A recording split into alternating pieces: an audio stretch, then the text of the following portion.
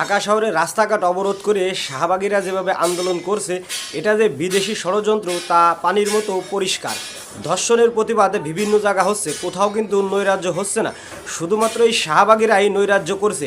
গতকাল আপনারা সবাই জানেন যে প্রধান উপদেষ্টার বাসভবনের দিকে এগিয়ে যাচ্ছিল একটি মিছিল। এই শাহবাগীদের মিছিলে যখন পুলিশে বাধা দিয়েছে, এই শাহবাগীরা অতর্কিতভাবে পুলিশের উপর হামলা করেছে।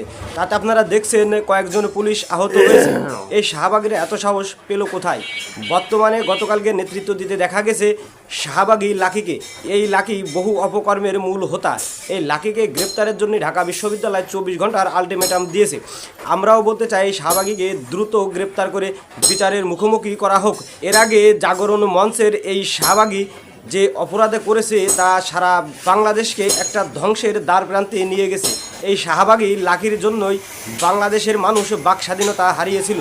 এই লাকিকে দ্রুত গ্রেপ্তার করে বিচারের মুখোমুখি করলেই অনেক কিছু বেরিয়ে আসবে। বর্তমানে আপনারা জানেন আনন্দবাজার পত্রিকার বাংলাদেশের প্রতিনিধির মেয়ে এই লাকির সঙ্গে একজোট হয়ে তারা আন্দোলন করছে।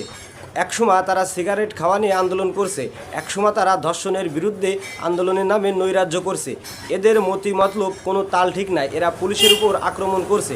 তাই এই ভারতীয় দালালদের দ্রুত প্রতিহত করতে হবে। একই সঙ্গে এই লাকিকে দ্রুত খুঁজে বিচারের মুখোমুখি করতে হবে।